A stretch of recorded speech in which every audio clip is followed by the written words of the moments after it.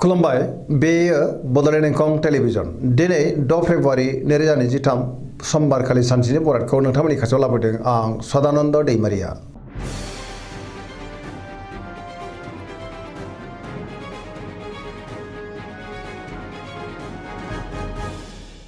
सिगां फरायनो लादों मेष राशि गिबि हांखो अ ल दिनैनि साना जोबोर मोजां गोसोखौ दिनै जोबोर गोजोननाय मोनगोन खुसिनि आंखाल जानाय नङा समाजाव दिनै बयजोंबो मान होजागोन बयजोंबो गोरोबनो रोंगोन मावनो लानाय खामानिखौ थि समावनो आरो गोरलैयैनो मावफुंनोबो हागोन गोसोआ दिनै जोबोर खुसि जागोन देहाया मोजाङैनो थागोन सोरबा लोगोनिफ्राय मोजां खौरांबो फैनो हागौ रांखावरियाव दिनै जोबोर मोजां होनजायो गोबां धोन आरजिनोबो हागोन बेफार फालांगियावबो दिनै जोबोर मोजां आयाबो बांनो हागौ सोरबा लोगोनिफ्राय थोजासे हेफाजाब मोननो हागौ नखराव बिसि फिसायनि गेजेराव अननानै फैगोन बिदा फंबायजों मोजां सोमोन्दो थागोन गोसोनि बोलोआ बांगोन गोसोनि साननायफ्रा दिनै मोगथाङाव जाफुंनोबो हागौ लाइमोनफ्रा जोबोर रमान्टिक जागोन आरो गावबा गावनि गोसोनि साननायखौ फोरमायलायनोबो हागोन फरायसाफ्रा दिनै फरायनायाव गोसो दुंखांगोन आरो मोजां फिथाइ मोननोबो हागोन धोरोमारि बिथिङावबो गोसो दुंखांनो हागौ पजिटिभ एनार्जिनि गोहोमबो गोग्लैगोन।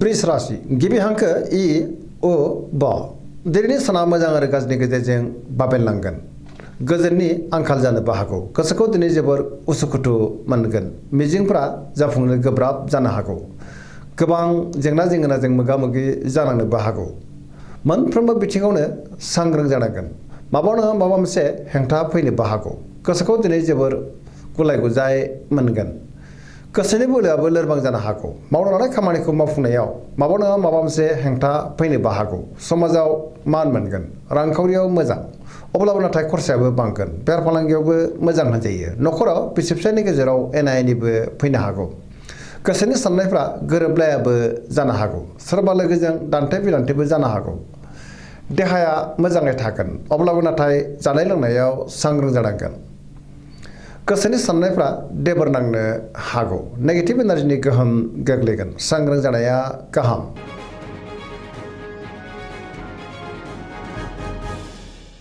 मिथुन राशि गिबि हांखो क स दिनैनि साना बारा मोजां नङा गोसोआव जिंगा फैनो हागौ पजिटिभ साननो रोंनाय नङा नेगेटिभ साननाय फैगोन गोसोनि साननायफ्रा देबर नांगोन गोजोननि आंखाल जानो हागौ नेगेटिभ एनार्जिनि गोहोमबो गोग्लैनो हागौ गोसोआव दिनै गुलाय गुजाय साननाय फैगोन सोरबा लोगोनिफ्राय हरखाबै गाज्रि खौरांबो फैनो हागौ मोनफ्रोमबो खामानिखौनो मावफुंनायाव माबा नङा माबा मोनसे गोरोन्थि जालांनो हागौ गियाननि आंखाल जानोबो हागौ गोसोआ दिनै जोबोर लोरबां जागोन देहाया मोजाङै थागोन अब्लाबो नाथाय जानाय लोंनायाव सांग्रां जायोब्ला गाहाम रांखावरियाव मोजां आयाबो बांनो हागौ बेफार फालांगियावबो मोजां होनजायो नखराव बिसि फिसायनि गेजेराव अननानै फैगोन मावनो लानाय खामानिखौ मावफुंनायाव नाथाय गोब्राब जानो हागौ सोरबा लोगोनिफ्राय हेंथाबो मोननो हागौ गोसोनि साननायफ्रा देबर नांगोन नेगेटिभ एनार्जिनि गोहोम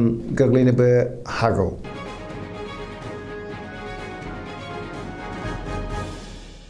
कर्कट राशि गिबि हांखो ड ह दिनैनि साना जोबोर मोजां गोसोनि बोलोआ बांगोन गोसोखौ दिनै जोबोर गोजोननायबो मोनगोन सोरबा लोगोजों बाख्नाय जानो हागौ गुबुनजों मोजां सोमोन्दो लाखिनोबो रोंगोन बहानिफ्रायबा मोजां खौरां फैनोबो हागौ गोसोआ दिनै जोबोर खुसि जागोन गोसोआव गोग्गो आरो गोथों साननाय फैगोन पजिटिभ साननो रोंगोन मावनो लानाय खामानिखौ थि समावनो आरो गोरलैयैनो मावफुंनो हागोन गियाननि आंखाल जानाय नङा रांखावरियाव मोजां गोबां धोन आरजिनोबो हागोन बेफार फालांगियाव दिनै जोबोर मोजां मुलाम्फा मोननो हागौ नखराव बिमा बिफानि अननाय आरिफोरखौ मोननो हागोन देहायाबो मोजाङैनो थागोन फरायसाफ्रा दिनै फरायनायाव गोसो दुंखांगोन आरो मोजां फिथाइ मोननोबो हागोन।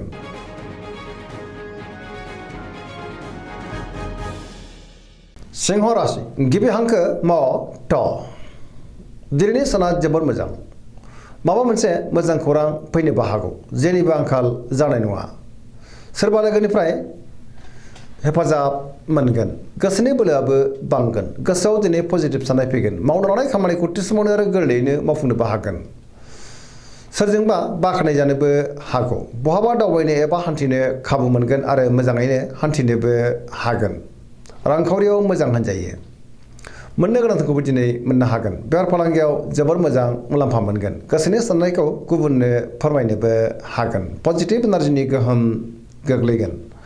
लाइमोनफोरा जोबोर रमान्टिक जागोन आरो गोसोनि साननायखौ फोरमायलायनोबो हागोन। देहाया मोजाङैनो थागोन। बयजोंबो अनसायजागोन आरो गोरोबनोबो रोंगोन। गुबुननि थाखाय गोबां मोजां खामानि मावनानै होनोबो हागोन।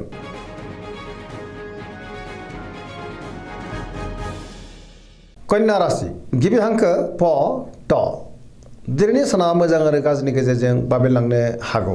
बहाबा दावबायनो एबा हान्थिनो खाबु मोनगोन। गुबुननि अननायफोरखौ मोननो गोब्राब जानोबो हागौ। गोसोआव नेगेटिभ साननाय फैगोन। गोथों आरो गोग्गो साननो रोंनाय नङा। गियाननि आंखाल जानोबो हागौ। सोरजोंबा दान्थे बिदान्थे एबा एना एनिबो जानो हागौ। गोसोनि साननायफ्रा गोरोबलायनाय नङा। रांखावरियाव मोजां। बेफार फालांगियावबो मोजांहाय जायो। देहाया मोजाङै थागोन। न'खराव एना एनि फैनोबो हागौ। गोबां खामानियाव दिनै मुखुबबो थागोन। सोरजोंबा रायखोमा जानोबो हागौ। गोसोआ दिनै जोबोर उसाव बादाव जागोन। नेगेटिभ एनार्जिनि गोहोम गोग्लैनोबो हागौ।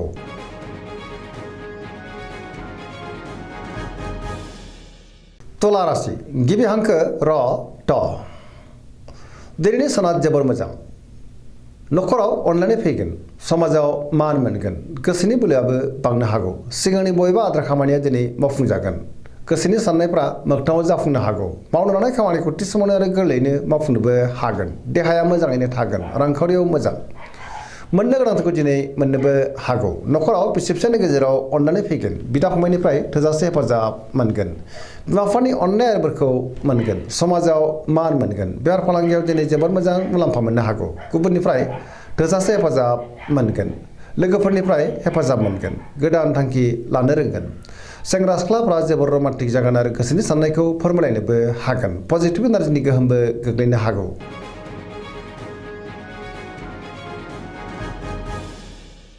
वृश्चिक राशि गिबि हांखो न स दिनैनि साना जोबोर मोजां। गोबां मोजां खाबु फैनोबो हागौ। गोसोनि साननायफ्रा जाफुंगोन। समाजाव मान मोनगोन। गोबां मुंदांखा सुबुंजों दिनै लोगो मोनज्लायनोबो हागौ। पजिटिभ एनार्जिनि गोहोम गोग्लैगोन। बहाबा दावबायनो एबा हान्थिनो खाबु मोनगोन। गोसोआव गोग्गो आरो गोथौ साननाय फैगोन। गियाननि आंखाल जानाय नङा।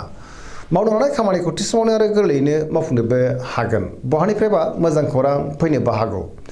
गोसोनि साननायफ्रा दिनै मोगथाङाव जाफुंगोन। गोसोनि बोलोआबो बांगोन। न'खराव बिसि फिसायनि गेजेराव अनलायनाय फैगोन। रांखावरियाव मोजां। अब्लाबो नाथाय खरसायाबो बांनो हागौ। बेफार फालांगियाव दिनै जोबोर मोजां मुलाम्फा मोनगोन। देहाया मोजाङैनो थागोन। गुबुननिफ्राय थोजासे हेफाजाब मोनगोन। फरायसाफ्रा दिनै फरायनायाव गोसो दुंखांगोन आरो मोजां फिथाइ मोननोबो हागोन। पजिटिभ एनार्जिनि गोहोम गोग्लैनोबो हागौ।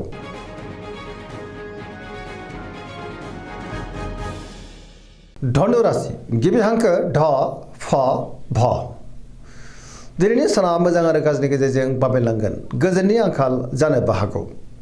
गोसोआव दिनै गोनो गोथो साननाय फैगोन। नेगेटिभ एनार्जिनि गोहोम गोग्लैनो हागौ आरो नेगेटिभ साननायबो फैगोन। मावनो लानाय खामानिखौ थि समावनो मावफुंनो गोब्राब जागोन। माबा नङा माबा मोनसे हेंथा फैनोबो हागौ। सोरनिफ्रायबा गाज्रि खौरांबो मोननो हागौ। गोसोनि साननायफ्रा दिनै देबारनांगोन। रांखावरियाव बारा मोजां नङा। मोननो गोनांखौ दिनै मोननो गोब्राब जागोन। बेफार फालांगियावबो खहा जानांनो हागौ। सांग्रां जानाया गाहाम। समाजाव मान मोनगोन। बहाबा हान्थिब्ला दिनै मोजां आरो मोजाङैनो हान्थिनोबो हागोन। देहाया मोजाङैनो थागोन। न'खराव बिदा फंबायजों मोजां सोमोन्दो थागोन आरो बिसोरनिफ्राय हेफाजाबखौ मोननो हागौ। लाइमोनफोरनि गोसोआ दिनै जोबोर रमान्टिकबो जागोन। गावबा गावनि गोसोनि साननायखौ फोरमायलायनोबो हागोन।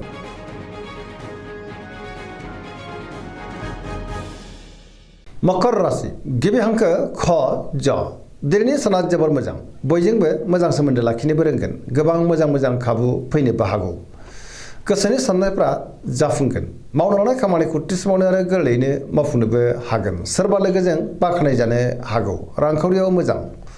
अब्लाबो नाथाय खरसायाबो बांनो हागौ। मोननो गोनांखौ दिनै मोननो हागोन। बेफार फालांगियाव दिनै जोबोर मोजां मुलाम्फा मोनगोन। गुबुनजों मोजां सोमोन्दो लाखिनोबो रोंगोन। गोसोनि साननायफ्रा मोगथाङाव जाफुंगोन। मोनफ्रोमबो खामानिखौ दिनै गोरलैयैनो मावफुंलांनो हागोन। गोदान खामानियावबो आखाइ होजेननो हागोन। समाजाव मान मोनगोन। न'खराव बिसि फिसायनि गेजेराव अननानै फैगोन। बिदा फंबायजों दिनै मोजां सोमोन्दो थागोन।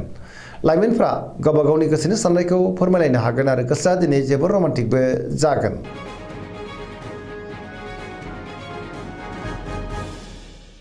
कुम्भ राशि गिबि हांखो ग स दिनैनि साना जोबोर मोजां। सिगांनि बबेबा जेंनाफोरखौ दिनै सुस्रांनो हागोन आरो मोजाङैनो मावफुंनोबो हागोन। गोसोआ दिनै जोबोर खुसि जागोन। मावनो हानाय खामानिखौ थि समावनो आरो गोरलैयैनो मावफुंनोबो हागोन। सोरजोंबा बाख्नाय जानो हागौ। गियाननि आंखाल जानाय नङा। समाजाव दिनै गोबां मान मोनगोन। गोबां मुंदांखा सुबुंजों लोगो मोनज्लायनोबो हागौ। गुबुनजों मोजां सोमोन्दो लाखिनो हागोन। रांखावरियाव मोजां, बेफार फालांगियावबो मोजां, गोबां धोन आरजिनो हागोन। न'खराव दिनै बिसि फिसायनि गेजेराव अननानै फैगोन। बिदा फंबायनिफ्राय थोजासे हेफाजाबबो मोननो हागौ। बिमा बिफानि अननाय आरो बोरखौ मोननोबो हागौ। बहाबा थाङोब्ला दिनै जोबोर मोजां आरो मोजाङैनो हान्थिनोबो हागोन। पजिटिभ एनार्जिनि गोहोम गोग्लैगोन।